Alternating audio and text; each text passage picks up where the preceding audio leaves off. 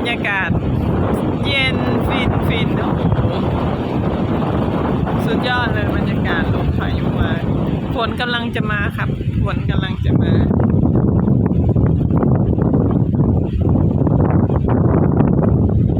ไอ้บอมนั่งยืนแอคอยู่นั่นอู้เย็นแล้ววันนี้ก็ต้องอาบน้ำก็ได้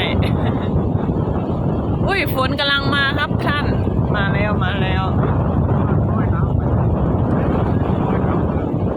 ใส่ไทลอยป้าบ้าอุปะฝรั่งกำลังลอยน้ำมาไทยเสียดายฝรั่งได้3 คนดีว้าว Amazing มากเลยเล่นน้ำอยู่คุณพี่น้อง3 คนจ้าเห็นแต่หัวปลีคุณใส่บักบอมนี่บักบอมบ่ได้ลงดอกบักบอมความตั้งใจเพิ่นสิมาเล่น